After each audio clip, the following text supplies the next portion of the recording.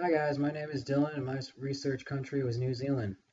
Here's a quick picture of their flag and a quick picture of New Zealand. Alright, moving on to resources. Land, their natural resources are natural gas, iron ore, sand, coal, timber, hydropower, gold, and limestone. Climate is usually temperate. Terrain, mountainous with some large coastal plains. Earthquakes are common, very common, are usually not too severe. There's an active volcano. Um, they're able to make their own resources and trade them off to other countries. They're more into farming than they are into industry like vehicles and whatnot. So they have to import vehicle stuff and export more like good or milk and whatnot. Labor. Labor usually covers from ages 15 to 64, cover 65% of the population. 20% are under the age of 15. Um, so that's a good portion of their workforce that's able to work. Obesity rate 28.3%. Education, depending on how they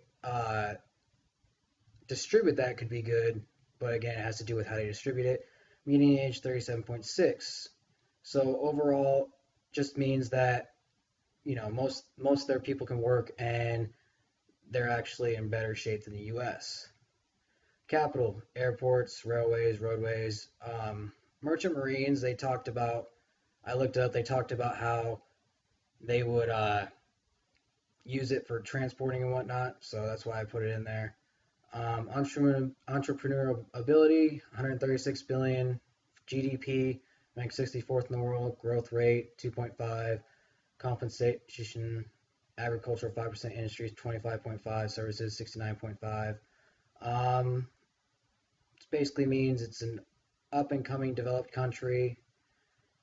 Current event, they had a 6.2 earthquake hit one of their airports, which caused a damage to the airport. Here's a chart of showing what would happen. PPC1 would be this blue line right here. PPC2 would be this red line right here, basically showing that it would affect manufacturing but not agriculture.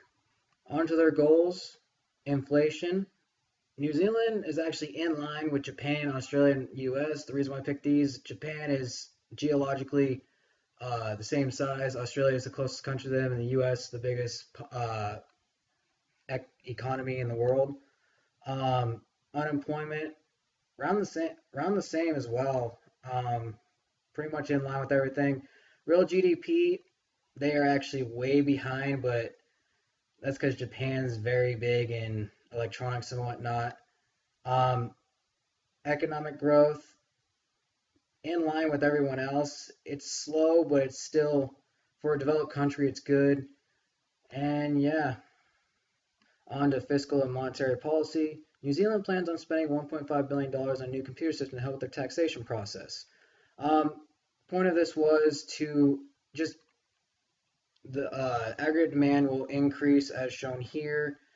81 to 82 will increase because of government spending. Yeah, that's pretty much it. For monetary policy, the central bank plans to raise interest rates, which will actually cause a contractionary monetary policy and making it harder for banks to lend out money. Shown right here, AD1 to AD2. On to the last one, which is trade, talking about how they are a part of the World Trade Organization and APEC, Asian Pacific Economic Cooperation. Because of these two groups, they get to trade with Australia, China, United States, Japan, the Republic of Korea, and the European Union. Their top three imports are petroleum and products, mechanical machinery and equipment, vehicles, parts, and accessories. Their top three exports are milk powder, butter, and cheese, with meat and logs, wood, and wood articles. And here are their sanctions. As being a part of the World Trade Organization, they have to have sanctions against these places. And that'll be it, guys. Thanks for watching.